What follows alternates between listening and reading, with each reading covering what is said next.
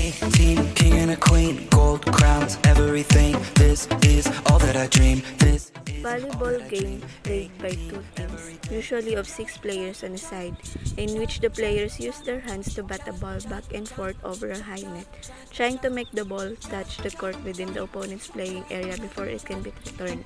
To prevent this, a player on the opposing team bats the ball up and toward the teammate before it touches the court surface. The teammate may then volley it back across the net or bat it to a third teammate who volleys it across the net. Story of volleyball. Volleyball was invented in 1895 by William G. Morgan, physical director of the Young Men's Christian Association (YMCA) in Holyoke, Massachusetts. It was designed as an indoor sports for businesswomen who found the new game of basketball too vigorous. Morgan called the sports mintonette, until a professor from Springfield College in Massachusetts noted the volleying nature of play and proposed the name of volleyball. The original rules were written by Morgan and printed in the first edition of the official handbook of the Athletic League of the Young Men's Christian Association of North America in 1897. The game soon proved to have wide appeal for both sexes in schools, playgrounds, and armed forces and other organizations in the United States, and it was subsequently introduced to other countries. In 1916, rules were issued jointly by the YMCA and the National Collegiate Athletic Association (NCAA).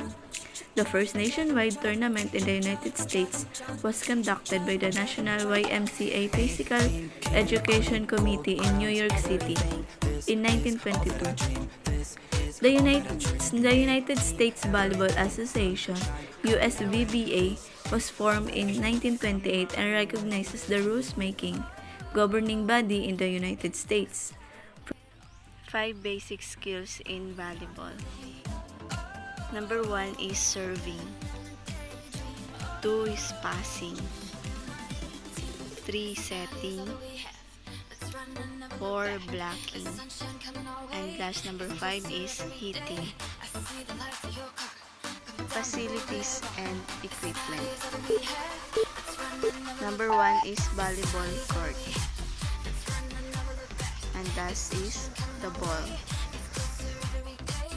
Format in volleyball. When it comes to a volleyball match, it all begins with official warm-up session. Official warm-up period lasts 6 minutes. However, players can spend up to 10 minutes participating in the warm-up session. That means that all volleyball players of the team should come together and take part in the official warm-up session prior to the match. The match is played until one of the volleyball teams wins 3 sets. Let's assume that one has won 2 sets and the opposing team has won 2 sets during the match. If this isn't the case, teams will have to play the 5th set. The team that gets 15 points with lead of 2 points will win the match. A set is played until one of teams gets 25 points with a minimum lead of 2 points. If one of teams gets 24 points and the opposing team gets 24 points, then the set is played until one of team achieves a 2-point lead. Playing actions in volleyball. All players of the team have to be located within its playing area during the game. A volleyball team is allowed to hit the ball a maximum of 3 times. Then a team has to return the ball on the opposite side of the net. Volleyball players can contact a ball with any part of the body. There are 4 types of faults in playing ball. This includes 4 hits, assisted hits, catch as well as double contact. According to the volleyball game rules, it has to take a server no longer than 8 seconds to serve the ball after referee's whistle. If a server either violates the service order or executes the serve incorrectly, that means that he or her team has committed a serving fault. The team is not allowed to block the serve executed by the opposing team. When blocking the opposing team's attack, a player is allowed to place his or her hands beyond the net. However, it's crucial for a blocker to ensure that his or her actions don't affect the player of the opposing team. A blocker is allowed to touch the ball beyond the net only after the opposing team has carried out an attack hit. A team's block is not counted as a team's attack hit. In other words, a team is permitted to hit the ball 3 times after blocking the opponent. Team and players fault committed during play. Double fault. When two opposing players commit faults simultaneously, a double fault shall be called and the point replayed. Opponents committing fault at the same time. When opposing players commit faults at approximately the same time, the team that committed the fault first shall be penalized. Interruption and delays in volleyball. A volleyball team can request a maximum of 6 substitutions and 2 timeouts during set. A requested timeout has to take no longer than 30 seconds. Timeouts as well as substitutions can be requested by the head coach. However, if the head coach has left the team during the match for some reasons, then timeouts or substitutions are requested by a game captain. Two technical timeouts are applied automatically when the leading team gets the 8th and 16th point while participating the world and official competitions. In this case, a technical timeout takes 60 seconds. Volleyball players can delay the game in a number of ways. For example, a player may delay game interruption or a game.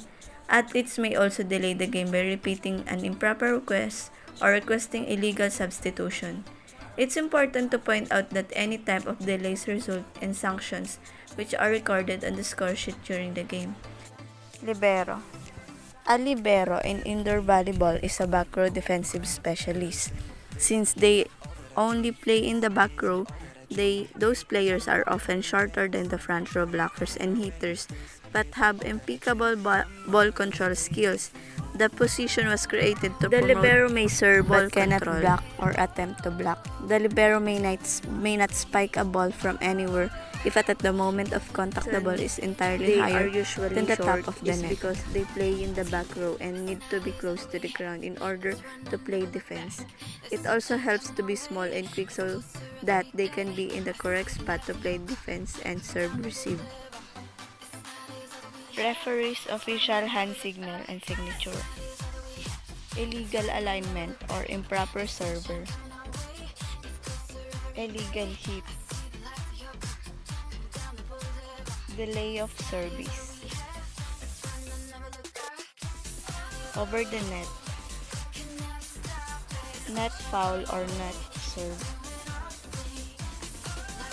Legal back row attack. Illegal attack of serve, back row attack. Illegal blocking or screening. Ball touch. Queen, gold crowns, everything. This